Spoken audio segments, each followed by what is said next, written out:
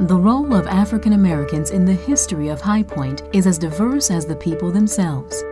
From advancements in education to achievements in business, from our role in the civil rights movement to our notoriety in the fields of music and the arts, our African American heritage is rooted in a deep sense of community that has enriched all of High Point.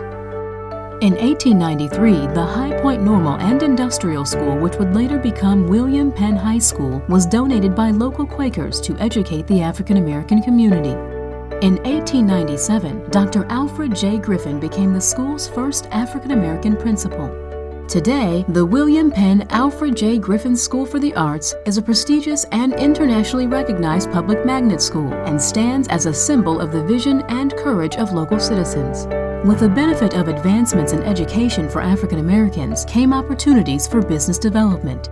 Aiding in the integration of African American men and women into the business community were establishments like the Kilby Hotel, built by John and Nanny Kilby in 1918 to provide lodging for African American travelers because other hotels were unavailable to them. Business opportunities for African Americans continued in many areas, and today you will find successful African Americans in High Point's growing business community. African Americans have also played an important role in local government.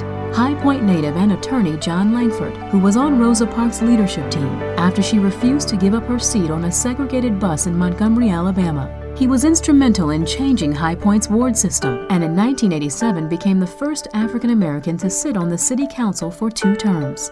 In 1960, times were changing, and on February 1st, 4 A&T College, now A&T University students staged the first Woolworth sit-in in Greensboro to protest racial and social injustices. Today, the International Civil Rights Center and Museum in downtown Greensboro is devoted to the international struggle for civil and human rights. It is located in the former F.W. Woolworth building, which houses the lunch counter of the original 1960 sit-in protest. 10 days later in High Point, 26 high school students staged the first organized Woolworth sit-in. The February 11th monument in downtown High Point commemorates the high school students' civil rights movement with a goal to educate and foster racial equality. High Point's African American history is long, proud, and diverse.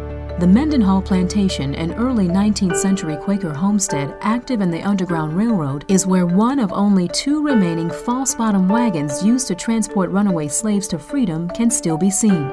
Many brave men and women who gave their last full measure, like Corporal Carl Chavis, U.S. Army, who was killed in action while on a dangerous volunteer mission behind enemy lines in World War II. So many have played an intricate part in the tapestry of this great state.